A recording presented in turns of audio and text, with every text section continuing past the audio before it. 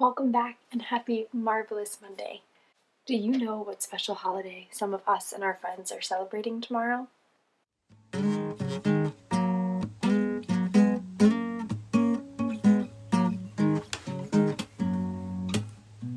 When I have a worry-filled mind, I like to wander outside. No telling what we might find. Birds calling, worms crawling, leaves falling down from above. Oh, I plant my feet on the ground. I keep my head in the clouds. I let my feelings out loud. I hear joy calling, fear crawling, tears falling down out of love.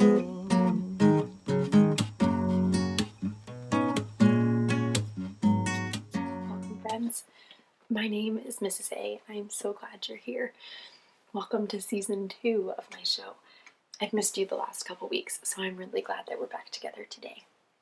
Now, whether or not you've been with me before or you're new here, I wanted to remind you that I always start with a zones or feelings check-in. And the reason I do this is to give us all an opportunity to listen to our bodies. Our bodies send us messages throughout the day, and even though they don't send us messages with words like we may use, they do send us different clues and signals that we can listen to and understand.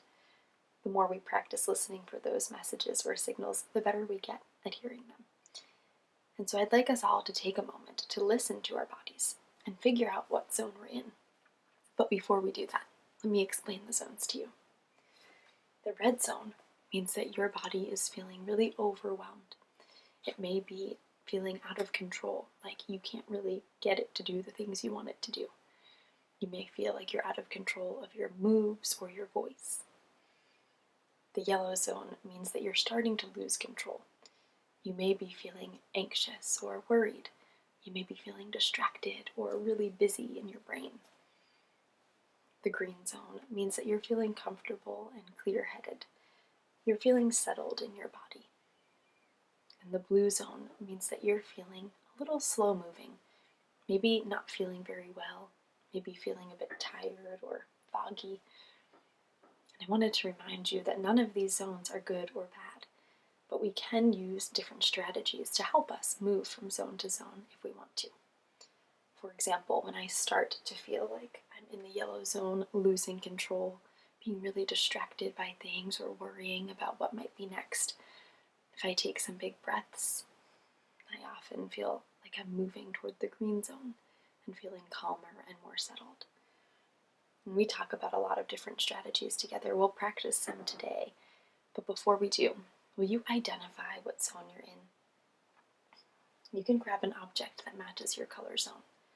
If you're feeling in the blue zone, maybe slow moving, the green zone, comfortable, the yellow zone, a bit distracted or losing control, or the red zone, overwhelmed or out of control. Go ahead and grab an object that matches your color zone. I'll do the same.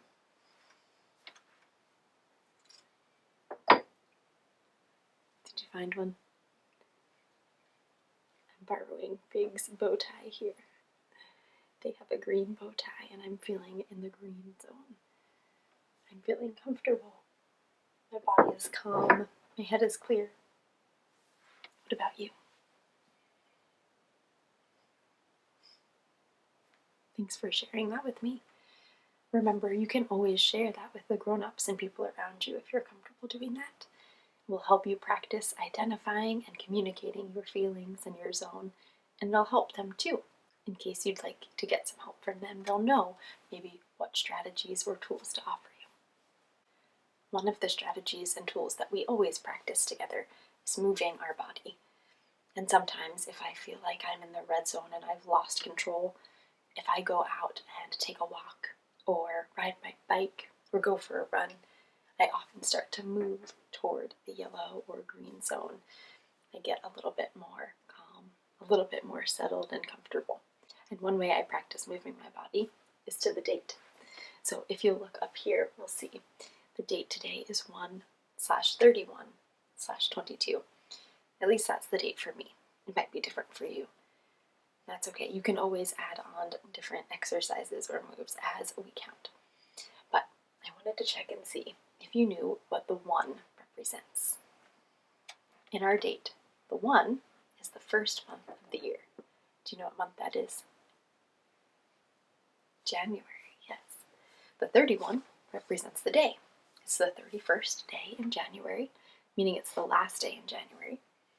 And the 22 represents the year, 2022. But instead of doing 2022 exercises, we'll just do 22. We shorten it. So, before we get started, I wanted to show you the move that Fig is doing so we can make some guesses and observations, because we will do their move a little bit later when we get to the year 22. Notice how their body is shaped. Maybe make some guesses about what move they're showing us. First, we have one move to do, and I thought we could do one spin. If you'd like to stay seated for this, you can spin with your finger. Otherwise, stand up and let's do one spin together. 1. Now we have 31 moves to do. And again, you can do this sitting or standing, but we're going to take our right arm and punch up to the sky and kick out our right leg as we do it. And then we'll take our left leg and punch up to the sky and kick out our left leg. And we'll alternate one side at a time. We'll do this counting up to 31. Let's get started. 1, 2, 3, 4, 5, 6, 7, 8, 9, 10, 11, 12, 13, 14, 15, 16, 17, 18, 19, 20, 21, 22, 23, 24, 25, 26, 27, 28, 29, 30, 31. Fantastic job. We have one more move to do, and that is the one Fig was showing us. Fig, what were you showing us? Oh, toe touches. Great. Just like our other moves today, you can do this sitting or standing. And all you have to do is reach down and try to touch your toes.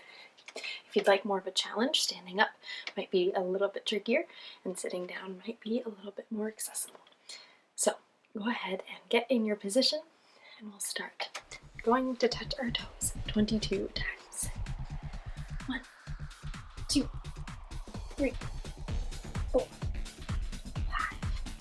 6, 7, 8, 9, 10, 11, 12, 13, 14, 15, 16, 17, 18, 19, 20, 21, 22. Whew. Thanks, Fig, for that great workout. Friends, maybe you are noticing that your body is a little bit worn, or your heart is beating a little bit quickly. Maybe all of the blood was rushing to your head as you were touching your toes. I know that it did that for me. No matter how you're feeling right now, will you take 3 quick cool down breaths with me? You can listen for my bell and breathe in as you hear it, and slowly breathe out, just so you can cool your body back down and lower your heart rate. Ready?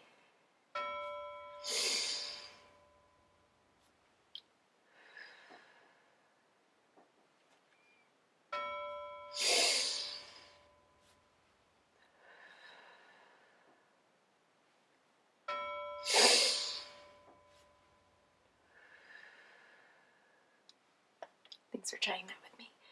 That is another strategy or tool you can use if you would like to move from zone to zone. You can just take a moment and do 3 quick deep breaths. Not too quick, where you are breathing so fast your heart is actually speeding up again, but not too slow that you need a lot of time. It could just take you 1 minute to do some breathing to help you recenter or refocus. So thanks for trying that out. Now, at the beginning of this episode, I asked if you know what holiday some of us and our friends are celebrating tomorrow. Do you know what it's called? I'll give you a hint. It has to do with the moon. Lunar New Year. You may remember that in December we talked about celebrating a new year. People around the world celebrate the new year on December 31st as the clock turns to midnight and the new day, January 1st, of the new calendar year starts. There are also special days throughout the year that represent New Year to different people and different groups and different religions. And so the Lunar New Year that will start tomorrow is celebrated by the moon's phase, when the new moon is here. And I have a message here that has a little bit more information about that, as well as some books to share with you soon. Let's check out my message. In this journal, I write my messages to share with you. And in each of these messages, there are some little hidden treats. Some of them are alliterations, words that are next to each other or nearby that start with the same letter or sound. And some of them are onomatopoeias, sound words. So be on the lookout for those each time you hear a message. Dear fabulous friends, do you know that many people around the world will celebrate Lunar New Year tomorrow? Typically, people with Chinese, Korean, Vietnamese, Mongolian, or Japanese heritage, or family history, celebrate. However, it's a holiday that we can all take time to learn about. While celebrations and traditions look different for everyone, it's common for people to clean their homes well, share special meals with loved ones, give gifts in red envelopes, and watch fireworks. Let's learn more about what it might look like to celebrate. Love, Mrs. A. Did you spot any alliterations in that message? Did you hear anything new or interesting to you? Yeah, I was curious about those gifts in red envelopes, and I noticed a connection that people who celebrate Lunar New Year often watch fireworks. And I know fireworks are a very common part of the calendar New Year celebration that people recognize at the end of December all around the world. So that's pretty cool. Now, as I mentioned, I also have some books to share with you. And I'm really excited about these because they are some books that I have known and loved for a long time since I was young, and there's also some new books here. So I wanted to start with one that was a bit older. It's a book that I've had since I was young, and it's called Lion Dancer, and it is Ernie Wan's Chinese New Year, written by Kate Waters and Madeline Slovens-Lowe, with photographs by Martha Cooper. And I love this book because not only is it a part of the Reading Rainbow series, a wonderful show that I watched when I was young, but it has a bunch of real photographs. And it actually follows Ernie Wan, a kid in New York. And I grew up in New York, and so I thought that was pretty cool.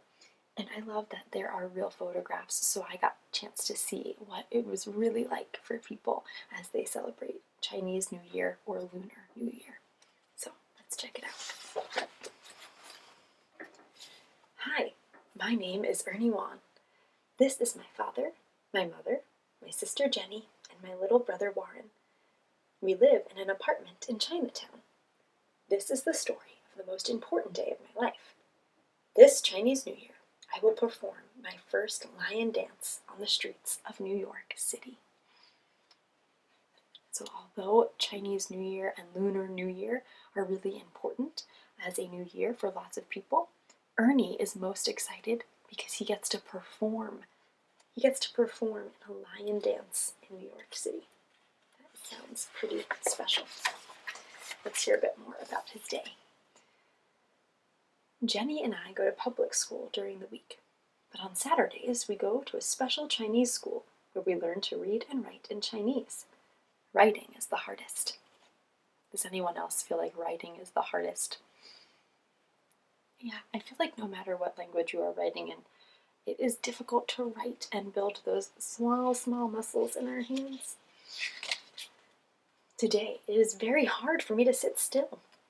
Chinese New Year starts tonight, and tomorrow morning I will dance in the street. Finally, school is finished. Jenny and I race to class at my father's kung fu school. We have been learning martial arts since we were 3 years old. Today we practice the lion dance. The dance will scare away evil spirits and bring good luck for the new year. After class, my father tells me to check my new lion's head. I pull the strings inside to make ears wiggle and its eyes blink. Then I test the switch inside that makes its eyes light up. My father watches me go through my dance one more time before we leave. On the way home, he tells me that I'm doing well and that my dance will bring honor to our family. When we get home, my mother is waiting for us. She helps me put on my new clothes. Jenny helps Warren with his. It is our custom to wear something brand new for the new year. That way the evil spirits won't recognize us. My mother has been cooking all day. She cooks in a pot called a wok. When everything is done, she puts the food in front of the altar. The altar honors all of our family's ancestors, people who have come before. Offering food and incense at the altar is our Buddhist tradition. And friends, I would recommend that you grab this book so you can go on and look at the other traditions that Ernie and his family takes part in and how they celebrate the Lunar or Chinese New Year. And although not everyone gets to dress up and do a lion dance each Lunar New Year, that was special to Ernie and his experience that year. It does sound like it was really important and really exciting for him. And so if you grab this book, you'll see a bunch of other photographs, and you'll see him in the parade on the morning after Lunar New Year. It's a pretty wonderful book. I also wanted to share this one with you because in this book, we heard Lunar New Year called Chinese New Year. And in this one, This Next New Year by Janet S. Wong and pictures by Yang Suk Choi, we'll hear a little bit more about why many of us call it Lunar New Year. This Next New Year.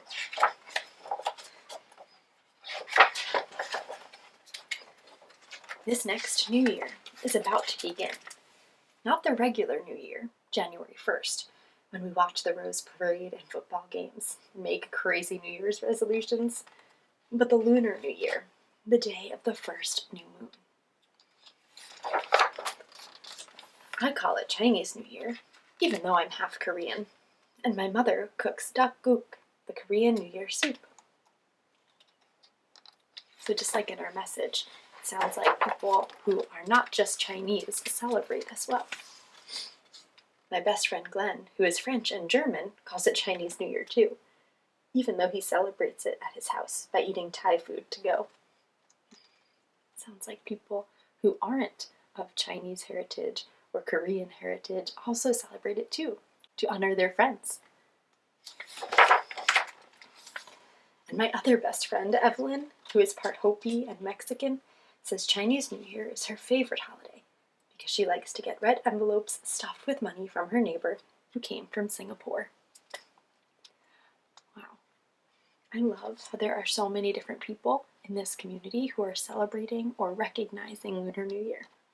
And I want to pause here because the rest of this book is really beautiful and tells us a lot more information. But I also wanted to take a minute to read this author's note. It tells us a little bit more about Lunar New Year and why it's so special. The lunar year is made up of 12 months. Each month begins on the day of the new moon and has 29 1/2 days. A lunar year is normally only 354 days long, except during a leap year, every 3 years or so, when the Chinese Lunar New Year is made longer by a leap month. But I never knew any of this when I was a child. I never wondered why the Lunar New Year happens at a different time from year to year. I guess I figured it would come between late January and the middle of February, and I didn't need to worry. When my mother started cleaning in a mad rush, that would be the sign it was near. In the same way, I never worried why we always ate fish, or why my grandparents put tangerines on top of the TV, or why the red envelopes had pictures of chubby children carrying peaches. Now I understand these symbols. Peaches would bring long life, the way noodles would, if we slipped them up without biting. Tangerines meant it was a lucky house, a house full of joy and warmth, full of orange-red fire. What more lively place to put than on top of the TV, with its flickering pictures of beautiful people? And the fish would make us rich, because the Chinese word for fish sounds like the Chinese word for plenty. We never got rich, but we always had plenty to share. And I love that author's note. It makes me think about all of the different traditions you may have in your family, or I have in my family, and what makes them so special to us. So definitely grab This Next New Year by Janet S. Long. And last but not least, one of my favorite newer books called Bringing in the New Year. And this is by Grace Lynn. And I love this one because of its playful illustrations and short and sweet pages. It really captures the ideas and the hope and the excitement around Lunar New Year. Pop, pop, pop! Do you hear the fireworks? Are they bringing in the new year? No, but they brought in the lions. They're here to scare away last year's bad luck. They scare May May too. Don't cry, May May. I love this connection to the lion dancer. The lion again, scaring away bad luck. Where is the new year? We carry the lanterns to light its way. I hope the new year follows us soon. And as you go on, the new year gets closer and we learn about more traditions and more ways that people bring in the new year. And I really like this one a lot. Glad to have added it to my collection of books all about Lunar New Year. I hope that you're able to grab some of them too and grow your collection and library so you can learn more as well. Before we say goodbye, I'd like us to practice a mindful moment together. And I'm excited about this one because it makes me think of the things that we may encounter throughout the new year. It is a breathing exercise and it is called Mountain and Valley. Throughout each year and sometimes throughout each month or day, there may be highlights and lowlights. Things that feel really exciting and wonderful, and things that feel challenging or difficult, just like mountains and valleys. And so for this breathing mindfulness activity, all we need to do is sit up straight and tall, close your eyes or lower your head, and put your hand on your opposite wrist. And as you breathe in, you're going to move your hand slowly up your arm to the mountain, and as you breathe out, you move it down. We're going to do this for 5 breaths. You can stick with one arm on one side or you can switch if you'd like. You may notice that one side is more comfortable.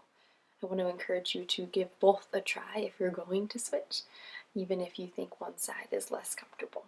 See how you can challenge your body during this mindfulness activity. So let's go ahead and do 5 breaths in mountain and valley. Ready? Breathe in. Breathe out. Breathe in. Breathe out. Breathe in.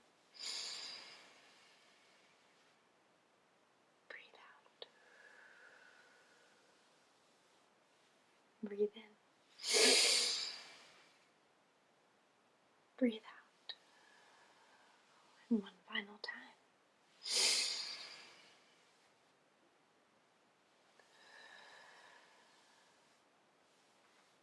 Thank you so much for taking that mindful moment.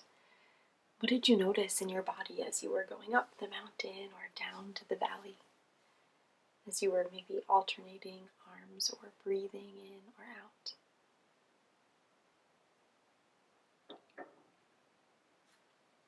Me too. I noticed that the breathing helped me feel a lot calmer. I noticed that as I was breathing in, I sat up really tall. As I was breathing out, I got a little bit smaller. Friends, thank you so much for trying that out with me, and thanks for being here today. Please remember to like and subscribe and come back on Wednesday when I'll have a new video. I can't wait to see you next time.